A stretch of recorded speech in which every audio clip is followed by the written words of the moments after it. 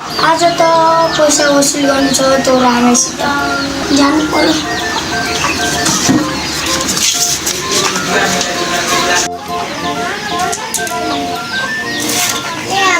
गएको हौ त्यहाँ मेरो साथी छ अगाडि म गएको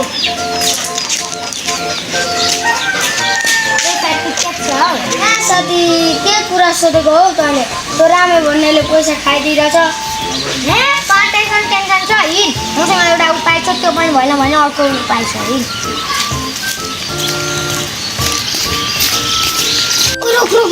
क्या बुझेको त्यस्तै हो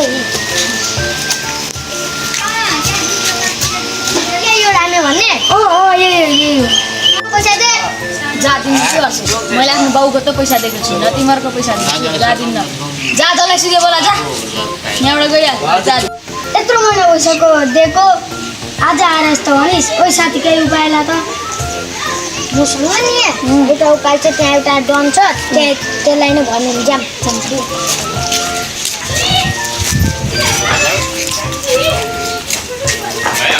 यत्रो हिँडिसक्यो, डनको घर खोइ त आएको छैन। हौ त्यही छ हौ, डनको घर पनि हिँड्न छिटो।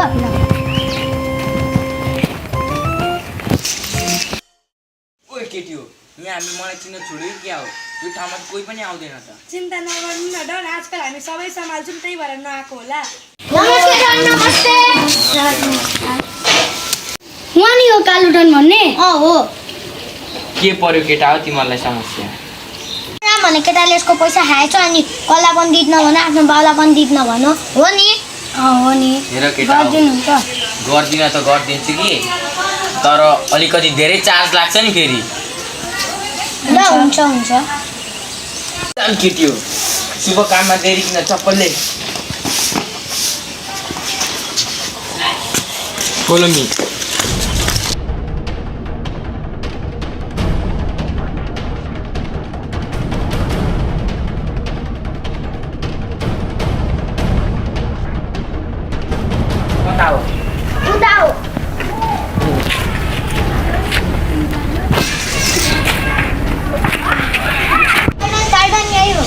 ओइ मेरो केटाहरुको पैसा ए कालु डन तपाईको हुन्छ दाइ दिनुस् पैसा ला केटा थ्याङ्क यू न्यू डन नि हाम्रो चार्ज खोइ त? ए साथी चार्ज निकाल चार्ज कति हो? 1000 रुपैयाँ अनि किन भेट्नु ल 500 रुपैयाँ चाहिँ हामीले दिनुपर्ने अनि 1000 रुपैयाँ उल्टै दिनुपर्ने।